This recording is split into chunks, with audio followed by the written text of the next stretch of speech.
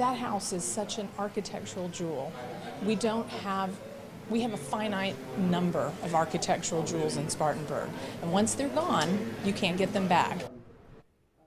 A plan to bulldoze a historic home and rezone part of an upstate community hit a snag tonight.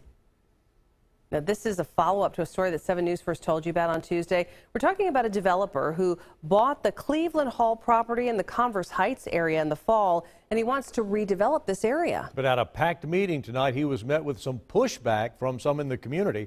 7 News reporter Stephanie Bornman was at that heated meeting tonight. She's in the studio with us now with the Planning Commission's decision. Stephanie. Cleveland Hall was sold in hopes that it would be restored, but preservation is not cheap, and the owner wants to tear it down and build a multifamily community on the property. To see his vision through, the lot needs to be rezoned. Tonight, the request went before the Planning Commission for a vote and was ultimately tabled. The 114-year-old Cleveland Hall on the corner of Mills Avenue and East Main Street could soon be demolished. I think there's going to be a push to do something about that. Converse Heights homeowners don't want to see the gateway to their community be torn down, let alone turned into a pocket neighborhood. What I'd just like to have to do is just limit the damage. In the preliminary renderings presented by the owner, John Montgomery, you can see the community would consist of 10 street-facing units with on-site parking and will feature design elements from the area according to the developer. But to build the dense housing development on the small lot, the property needs to be rezoned again. As the city planner explained, the property was rezoned in 2016 when a prospective buyer planned to turn it into an apartment complex. So the developer can technically begin turning dirt now. The commission can only stop whether there's 6 units or 10. So Mr. Montgomery can go ahead and build what he wants to do today. Mitchell Mercer, like the majority of this crowd, doesn't support the proposed development in his neighborhood. However, others do. Having a densely populated single-family residence thing makes perfect sense here.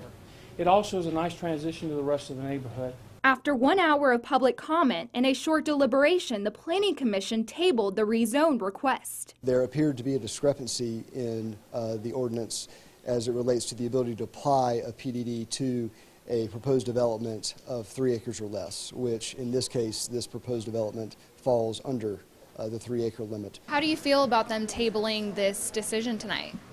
I was actually in hopes that they would